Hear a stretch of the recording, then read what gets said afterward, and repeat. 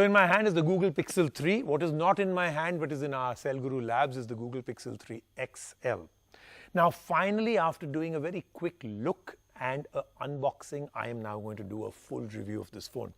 I told you a little bit about the phone, so I'm going to set it up again. What is the expectation? So it's a much better looking phone than before, but do remember, we will start off the story with the review. We'll also compare it to the Pixel 2 and what are the differences. So I'm going to tell you a few of those also as we go along with my first impressions on the detailed review. So we found that it's a better looking phone for sure. It works better. The processor, everything else inside the phone has gone up many notches. And speaking of notches, one of these, not the one in my hand, the Google Pixel 3, and this is a strange omission. So the Google Pixel 3 comes with a normal screen and the Google Pixel 3 XL comes with a notch. So for that 0.1% of the world that loves notches, well, you can celebrate. Everybody else, this could be the phone for you. But essentially it's going to come down to one and one thing only. These are phones that have created a name for themselves for their camera, and that's the one thing we're going to test out properly in our review. Pixel, the very word, gives away what we should be looking at in the Google Pixel 3 and the 3 XL, and while the camera has remained at the forefront of the Pixel legacy, do the next-gen pure Android flagships by Google offer more than just that? And are they the phones of 2018? Let's take a good look at them. The Google Pixel 3 and 3 XL ride high on design this time. There is a very subtle dual tone at the back and colors are muted. There is also a clearly white and just black color variant in these phones. The Pixel 3 comes with a 5.5-inch display size, and we must say it is very comfortable to hold and use. The back has a soft glass finish, but this doesn't make the phone slippery. The bigger sibling, the XL, has a 6.3-inch display, but here's where the difference lies between the two. The Pixel 3 XL sports a rather large notch. Google jumps onto the notch industry trend, but only with the Pixel 3 XL. But here's what's really new with the Pixel 3. The Assistant has got really smart. You can now get the Assistant to take calls for you. This feature wasn't in our review device, but it can actually transcribe your calls for you. And this smart Assistant can be bought up very simply by just squeezing the sides of the Pixel, and it makes the phone seem pretty flexible. There is a turn to shush feature too, where the Pixel takes a hint when it's turned down and mutes the incoming call.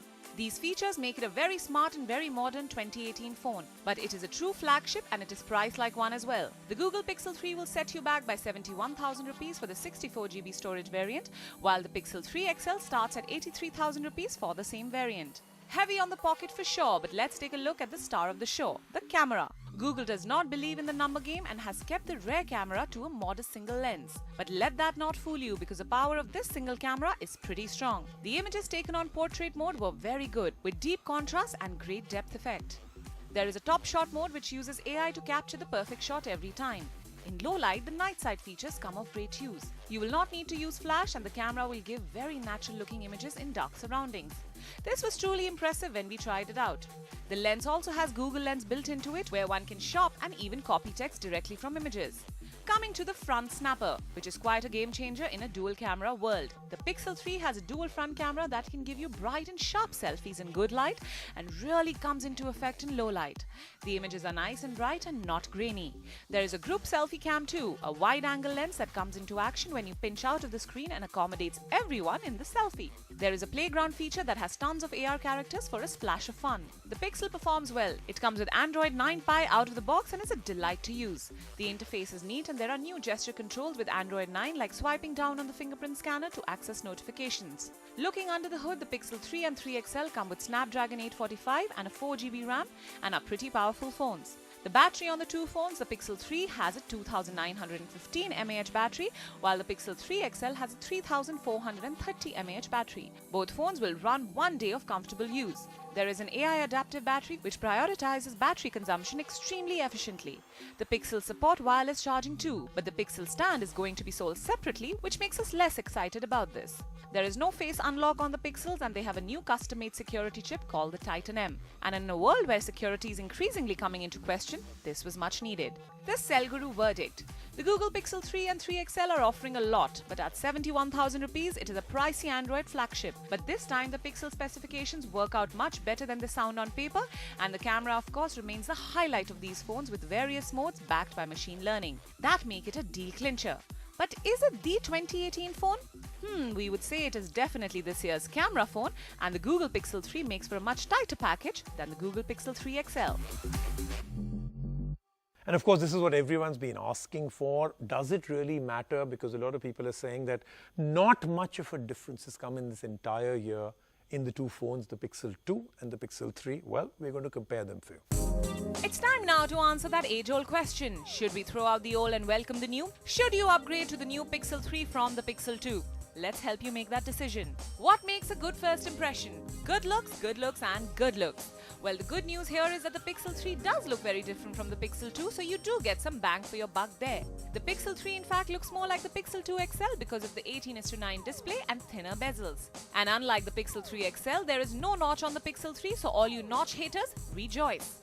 With the new flagships, Google has switched to a completely glass back. This does make the phones look more premium and also makes them the first Pixel phones to support Qi wireless charging. Bigger and better. While the Pixel 3 seems to share most of the Pixel 2's DNA when it comes to specs, the screen gets an upgrade. The Pixel 3 comes with an AMOLED screen which is now 5.5 inches compared to the Pixel 2's 5-inch display. A very small change and maybe hard to notice for many of you.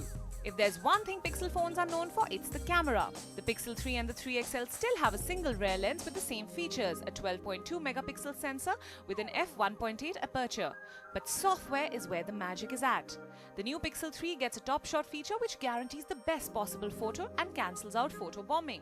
Another big upgrade in the camera is the Super Res Zoom feature, so you can shoot a photo and the phone's camera will be smart enough to reframe it. There's also some Google Lens built into the Pixel 3's camera which can recognize object. There are new features like Night Sight and a Playground feature which integrate augmented reality figures like Avengers or Childish Gambino into your shots. Both these will also come to the Pixel 2 with the upgrade, so you won't be missing out on much. The front camera also gets a facelift from the Pixel 2 to the Pixel 3, and the latter comes with a dual 8-megapixel front shooter, so you can now fit in more people into your selfies. The Pixel 2 only had a lone front shooter in comparison. The new Pixel 3 is juicier. The Pixel 2 comes with 2700 mAh of juice and the Pixel 3 now has 2915 mAh of battery. The Pixel 3 is powered by the mighty Snapdragon 845 chipset, a big improvement from the Snapdragon 835 in the Pixel 2, so multitasking and browsing with the Pixel 3 is a breeze. It's not just the screens of the Pixels that have got bigger, but also the price tag. And this may change your mind. The Pixel 3 costs 71,000 rupees for the 64GB storage variant. The Pixel 2 in comparison made its debut at 61,000 rupees last year for the 64GB variant and can now be bought online for around 42,000 rupees. The Cell Guru verdict. So should Pixel 2 owners bring home a shiny new Pixel 3? Well, if you're a Pixel 2 user, you've still got a winning phone on your hands which stands tall with Apple and Samsung competitors. And with updates coming for existing Pixel owners, your Pixel 2 will get a facelift. But if you're willing to splurge for bigger screens and accessories like wireless charging that are not in the box and some new camera features, go for the upgrade. There was a time when the most tectonic wave that came was when a phone actually had a camera. It was a VGA camera. It gave you these little pictures, but oh my God, life changed for people when they actually saw that they could carry a phone with them and take a really blurry, dirty picture. That was then, and this is now.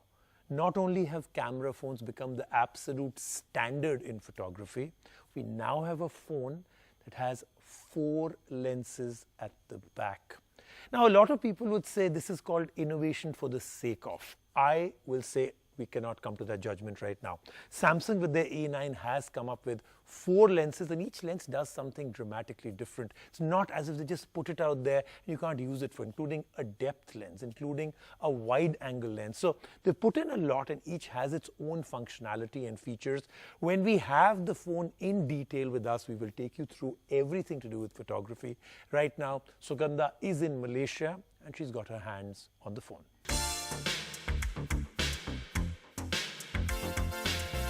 Hello everyone, I'm here in Kuala Lumpur in Malaysia for the Samsung Unpacked event. Now a lot of companies have dual cameras on their phones or maybe even triple cameras now. But in Malaysia right here, Samsung has created history by bringing out a phone with a quad camera setup. Yes, I've got the A9 in my hand and it's got 4 cameras in the rear. Now Samsung really believes that each camera has its own capabilities. Users can use them in their own different ways. Some people may think it's an overkill to load your phone with so many cameras, but let's take a closer look at the A9, all the camera capabilities and also the lemonade blue color of the phone. The The number 4 has always had several meanings and a deep significance, be it the 4-leaf clover, the 4 elements, or the 4 cardinal directions. But now Samsung has added another significant meaning to the mystical number 4, a phone that features 4 rear cameras. Samsung announced the new A9 in Malaysia amidst K-pop performances, dance moves and celebrity influencers. The phone is out in funky colors, caviar black, bubblegum pink and our favorite, the lemonade blue. The phone is very good to look at. It has a 3D glass curved body with a fine color gradient that is reflective and looks very slick. Though do handle with care as glass backs are quite fragile and a fingerprint magnet. The USP is the quad camera setup with 8 megapixel ultra-wide lens, 10 megapixel telephoto lens, 24 megapixel main camera and a 5 megapixel depth camera. At a time when companies are sticking to a dual or even single lens on the rear, isn't it an overkill to load the phone with 4 cameras? Each camera consists of different functionalities for each other options. For example, taking a 77-degree shot, which is a normal smartphone view, may not capture like a full view, a landscape perhaps, but with the 120-degree ultra-wide angle, you're able to capture a full picture just as you see it because it has a human dimension. So we believe in that we're providing a appropriate and the right amount of technology, the most advanced of technology that we have at the moment. While clicking a picture, you get options to click using the wide-angle lens. This allows you to capture a much bigger 120-degree image rather than the 70-degree in most phones. You could also click using the 2x optical zoom of the telephoto lens, which gives you detailed close-ups of far-off objects. Additionally, there is the depth sensor that allows you to change the focus and the depth of field. You could do this even after clicking an image. Also, there's an AI scene recognition that adjusts an image according to 19 different settings. The front camera too is a powerful one at 24 megapixel. I couldn't stop myself from clicking some selfies in the photo booths at the event. But enough about the camera. Let's now take a look at what else is under the hood. It has a 6.3-inch Full HD display. It has 128GB storage with up to 512GB microSD card support. There are 2 variants, 6GB RAM and 8GB RAM. The battery is at 3800 mAh, which is good enough for an average user. It comes with Android 8.0 Oreo OS on board. It is powered by a pretty powerful octa-core Snapdragon 660 chipset. The phone has a dedicated Bixby key on the left for easy access to the voice assistant. The fingerprint scanner is at the back. The phone is likely to launch in November, though there is no confirmation on the price just yet. On the Cell Guru Show, we're going to take a quick break right now. When we come back, lots more.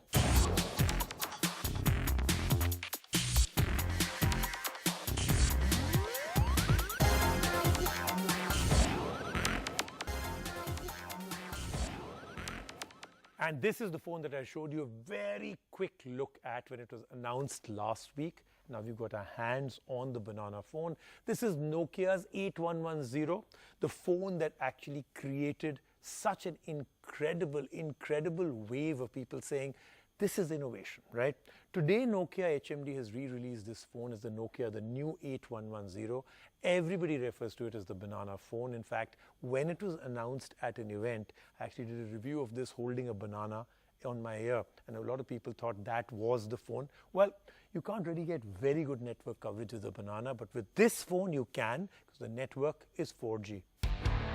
It's yellow. It's curvy. It looks like a banana. And it shot to fame in the late 90s when actor Keanu Reeves held it in his hand in the blockbuster film Matrix. This is the new Nokia 8110 4G, the latest nostalgia trip from HMD Global. It comes in a black and yellow color, and for this review, we have both.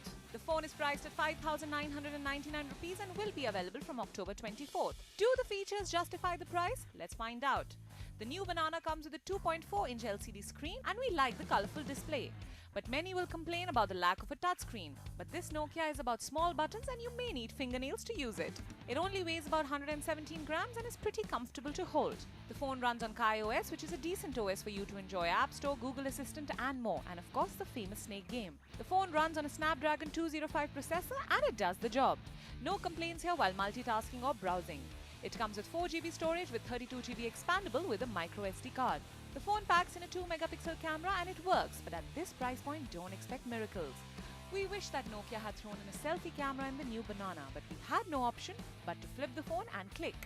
One major gripe, there are no volume buttons on the side, so that can get irritating. It comes with a 1500 mAh battery and it can last about 4 to 5 days with heavy usage or 25 days of 4G standby according to HMD. So let's try out the 4G features. The phone comes with Google Assistant built in. We gave it some basic commands and it worked. YouTube works too, but you need patience to search and type for videos on the keypad. The phone also supports Google Maps with GPS. We found this to be slightly slow, so don't use this device as your primary navigation tool. So before we give our verdict, let's see if people are excited about the new Banana phone. It reminds me of all the good times when I used to like literally fiddle with my phone without even thinking that, you know, it'll break and probably I'll not get a new one. So, yeah.